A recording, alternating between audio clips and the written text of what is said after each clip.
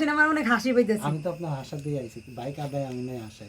কেন আপনি ভাই কাঁদা পাবেন? আপনার ভাই আমার যথেষ্ট ভালোবাসে। সেদিন উমা করলেন দিদি, এমনিতেই সেদিকে এখন আপনাকে বলতে হবে যে আপনার ভাইয়ের সাথে আমার কি হয়েছে, উহা করছো কেন করছি। আমার দেখা গেলে আমি আমার বউরা উমা করাইতে পারলাম না, তখন বউ চলে যাবে না, এই জন্য কেন বউ চলে যাবো? আনা তোমার শিকার লাগে না, বুঝছো? তোমরা খুব শিয়ানা মা।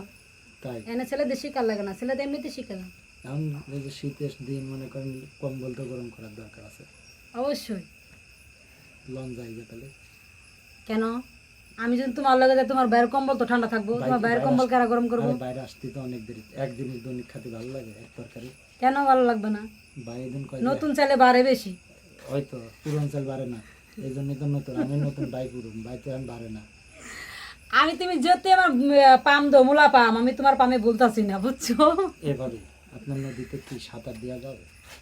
না, আমার নদীতে তোমার ভাই 7-8 দিন রাইতে ডেউ মারে, তুমি মারো কখন?